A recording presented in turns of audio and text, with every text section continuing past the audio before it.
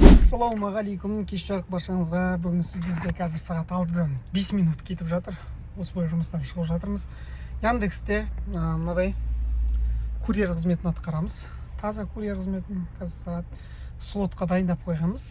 Кешегіде мынаны 5 мың теңгеге сатып алғанмын. Нені термосумканы енді қазір жұмыс істейтін боламыз. Условиясын тағы да түсіндіретін болам. Қазір машина қыздырып отырмын. Бір түсіндіріп кетемін условиясын. Былай болып тұрған, анда 12% өзінің таксопарктың алатын, таксопарктың Яндекспен қосқанда алатын несі бар. Былай бізге, в общем, тапқан табыстан 12%-ын таксопаркқа бересің.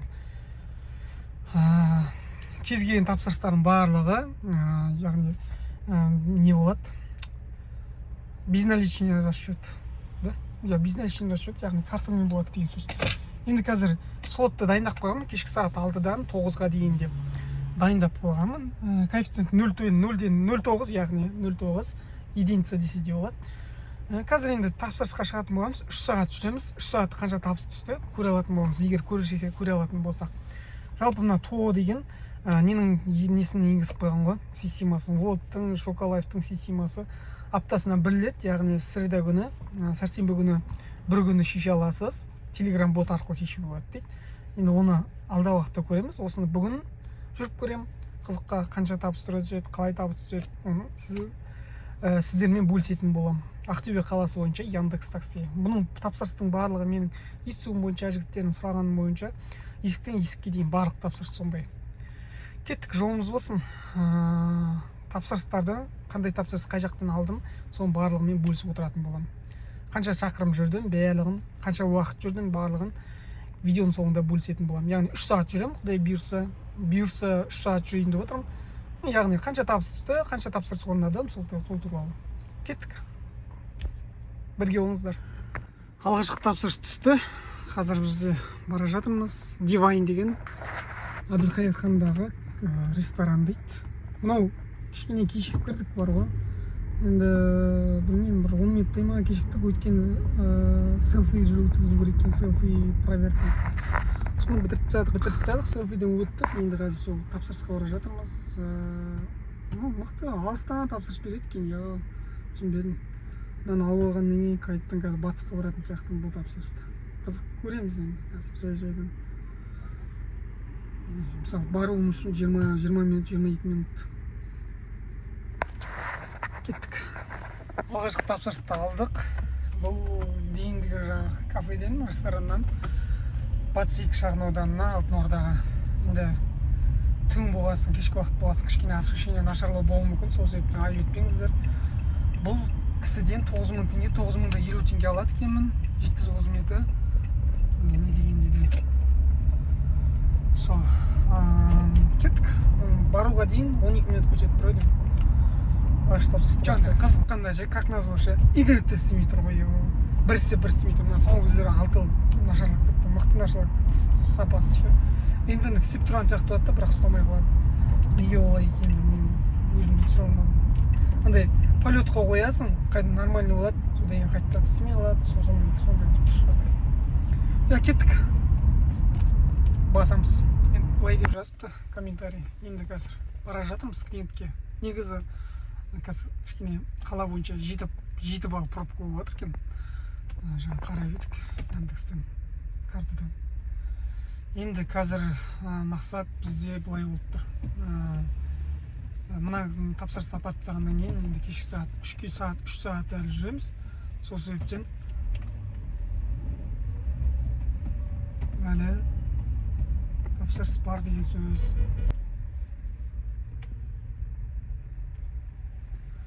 Тапсырыс бар деген сөз. Мына жерде не спорынан не екен, перекрестік екен. Ештеңе өтіп кетсек, аман есен өтіп кетсек болды. Так, енді мақсат былай болып тұр. Бұны жеткізгеннен кейін тапсырыстарды орындай береміз 3 сағат бойы бұйырса. Сонда көрдіңіздер, 1 сағатта, тіпті 40 минутта бір тапсырыс орындасам, білмеймін енді пайда бар ма, жоқ па. Көреміз енді, бұдан кейін тапсырыстар қалай болатын.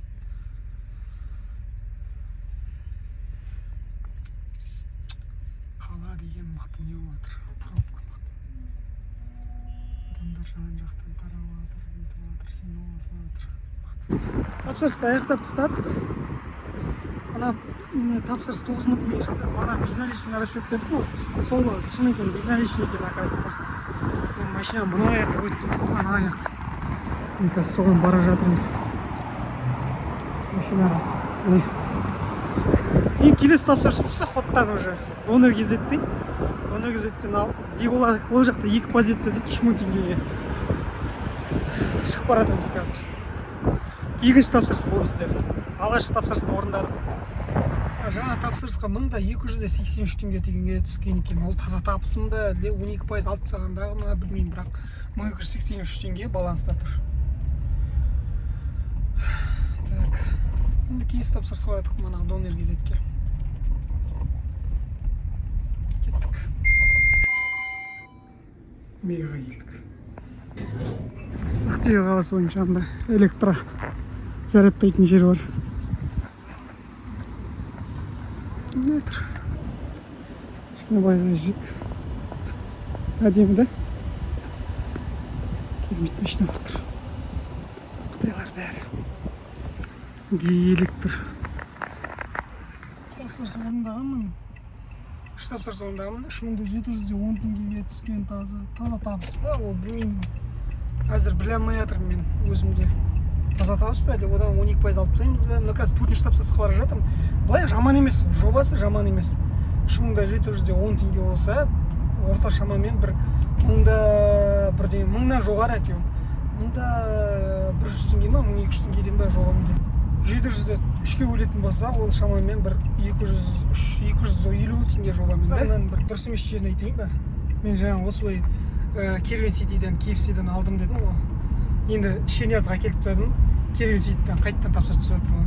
Сан-7 деген андай не ғой.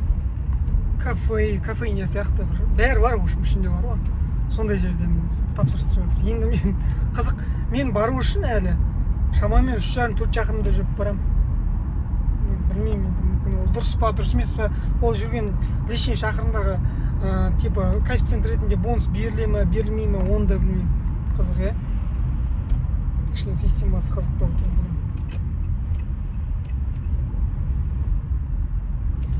Сан-7-нан Керуен Ситиге мынау 5-ші тапсырысқа бара жатырмыз біздер. Қазір сағат 8 болып қалды, 8-ге 10 минут қалды. Шамамен бір 2 сағаттың ішінде, 2 сағат әлі болған жоқ. Қазір 8-ден 10-20 минут кеткенде жобамен 2 сағат болады точно. Осылай. Жаман емес, маған ұнады. Әдемі екен, күшті, тып-тыныш, клиенттер де жақсы. Барғаннан кейін телефон алмай қалу, ондай. Ол телефон алмай қалу деген жоқ. Мына жақта кішкене ереже бар екен. Ана біз задний входтан кіреміз ғой, Керуен Ситиге. Содан сумканы ашып көрсету керек екен. Типа бос, пустой деген сияқты. Міне адам деген өріп жүр. Неде? Мына мегада. Білмеймін, неге ол адам мықты көп екен. Тамақ мейлі үшін. Қателеспесем, мынау бізде 7-ші тапсырыс. 7-ші тапсырыс қазір жуануға қарап жатырмыз. Ондай қатты алыс емес негізі. Міне терлеп бастадық, уже қарнымды ашты, мына не алып едім. Жаңа жұмыстан шығып кетіп бара жатқанда шай құйып алып едім, шайым да өшіп тасылды. Уже терлеп бастадым кәдімгідей. Жұмыстың сменаның аяқталуына жарты сағаттай қалып берсін. Жарты сағатта тағы бір тапсырыс орындап бермейді. Одан кейін одан да бөлек тапсырыс орындау керекпін, шамамен 2000 теңге ма жобасы. Өйткені бензинге ақша керек, газды құйып алғанмын, бензинге ақша керек. Бензинге ақша керек болып тұр, соған бір 2000-дай, 3000-дай тағы индрайвермен жүріп кішкене такси қызметінде жүре тұру керек. Таза табыс тағы да түсіру керек. Жаңа анда группа бар еді ғой, телеграмда, соған жазып едім. Қосымшадағы табыстан 12% ұстайды дейді. Яғни 6000 теңге болса, 6000-нан 12% ұстайды, содан қалғаны таза табыс дейді. Мен енді 7-ші тапсырысты аяқтаймын, міне бұйырса. Сосын 8-ші тапсырысқа барамын, содан кейін общий 8 тапсырыстан қанша табыс тапқанымды есептейтін боламын. 9-ға 10 минут қалды. Тапсырысты аяқтадым, мынау бізде 8-ші тапсырыс. Қазір тапсырысты күту үстіндеміз, ешқандай тапсырыс жоқ. Қазір ешкім заказа деп тұр ма, сондай бірдеңе деп тұр. Қазір мына жерде мына жақта мынау біз деген жаңа неге медунивердің медакадемияның общежитиясына апарып тастадық. Мына жерде парковка бар екен, осы жерге қойып қойдық машинаны. Пока тапсырыс түскенше осы жерде күтетін боламыз. Енді кішігірім тапсырыстар туралы айтатын болсақ, ол бізде жаман емес тапсырыстар, әдемі, керемет. Адамдар да жақсы, қарапайым. Кейбір тапсырыстарда андай бірінші подъезд деп көрсеткен, екінші подъезд болып шықты, сондайлар бар. Квартирасы болғанмен бірінші подъезд деп тұр. Түсініксіз болып тұр сондай. Енді қазір отырмыз, қазір тапсырыс күтіп, ешқандай тапсырыс жоқ. 20 күн артқа салып тастадық багажға. Сол қазір қорытындылайтын боламыз. Қазір енді индрайверді аштым. 2-3 сағат тапсырыс орындадым. Мына қазір 10 минуттан кейін неден желден шығып кете берсем болады. Білмеймін, мен слот деген нәрсе сағат 9-да толтыру керек сияқты, өйткені мана сағат 6-да мен шыға алмаған уақытта опоздание деп тұрды уже, кешігіп жатсыз деп. Мысалы 18 минуттай ма, 20 минуттың шамасында кешіктім ау деймін негізі. Ол да қарсы қандай проверка селфи деп қалды ғой. Селфини проверка өтсем енді бермейді ғой. 15 минуттай не деп тұру керек, проверка тұру керек, анау деп. Ладно деп. Енді қазір аяқтадық міне тапсырысты. Қазір енді 10 минутта күтеміз. 9 минутымыз қалды уже. Күтеміз, болмаса сөндіріп тастап индрайвер қосатын боламыз. Ешқандай тапсырыс түскен жоқ. Сағат 9 болды. 9-дан 1 минут кетіп жатыр. Бізде тапсырыс бойынша 8141 теңге таза табыс. Лас күйінде, яғни грязный ме дейді ғой. 8141 теңге. Сонда таза табыс 7164 теңге таза табыс болады. 12% алып тастайтын болсақ. 3 сағатқа 7000 теңге қалай былай өздеріңізше. Өзіңіздің қалаңыздағы табысты жазып кетіңіз астыға. Міндетті түрде оқитын боламыз. Бәрі қарап отыр. Табысты өздеріңіздің қаладағы табыстарды жазып кетіңіздер. Ақтөбе қаласы бойынша сағат кешкі сағат 6-дан 10-15 минутқа кейіннен сағат 9-ға дейінгі. Яғни 2 сағат 40 минут, жобамен 20 минут, сондай. Баршаның қаралымдарға рахмет, аманшылықта, саушылықта.